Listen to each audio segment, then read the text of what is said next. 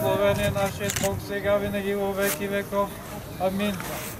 За благочестивият и мъченически наш български народ, за нашия град Кърджали, за всички онези, които живеят в него с вяра, мир и разбирателство, на Господа да се помолим. За... أعوذ بالله من الشيطان الرجيم بسم الله الرحمن الرحيم الحمد لله رب العالمين الرحمن الرحيم مالك يوم الدين إياك نعبد وإياك نستعين. Аз мисля, че кърджалийската футболна общественост очакваше този исторически за мен момент, който до сега ние никога не сме имали тази висока възможност Кърджали да се представи по най-добрия начин. Историческият шанс на Кърджали се основава на две причини. Първата е добрата материално-техническа база, която осигуряваме.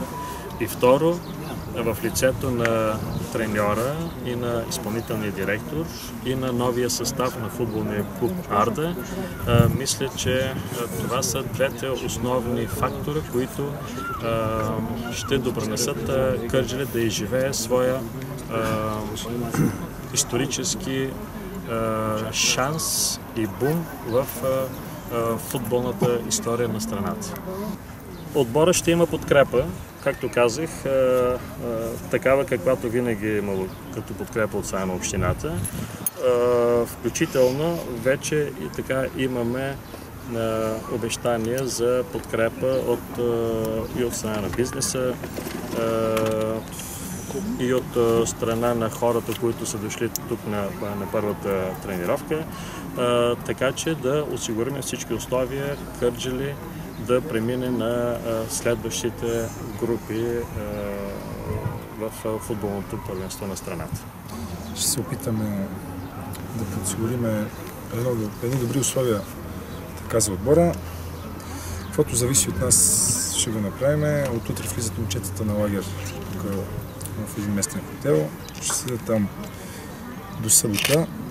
Неделя, доколкото знам, ще ги пуснат един ден почивка и понеделник сутринта тръгваме за Банско на подготовка, където ще седим 14 дена. Ще направим 4 контроли, така да избистрим отбора, да видим дали ще имаме нужда от нови попълнения, какво ни куца и се надявам, че за напред всичко ще е наред. Винаги ще се опираме да момчета отвънка. А нашата цел е колкото се може повече наши местни футболисти да играят в този клуб. Колкото се може повече наши момчета. Имаме в момента готово за новото първенство, което ще стартира някъде към началото на септември. Тогава ще се подготвят момчетата. И смятаме и тази година да атакуваме първото място. Като от този отбор в момента 6 или 8 момчета са в мъжкия отбор. Още една седмица преди първенството ще изиграем един контролен матч. Избираме съперника спрямо възможности на другите отбори и имаме идея да бъде тук едно като представяне официално на отбора, нали, хората да дойдат, да ни видят, да видят вече, надявам се, ние имаме вече свой облик, показали сме някакви резултати в контролите, най-вече като игра и като начин на действие.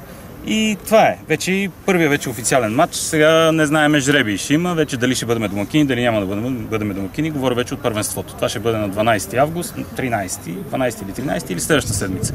Един от двата дни ще бъде официален матч като първенството. Но иначе да имаме идея на 5 август.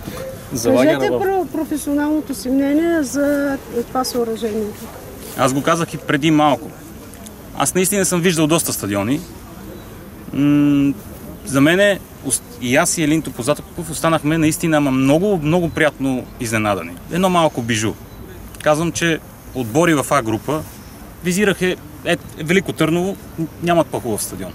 Дори напротив. И не само те.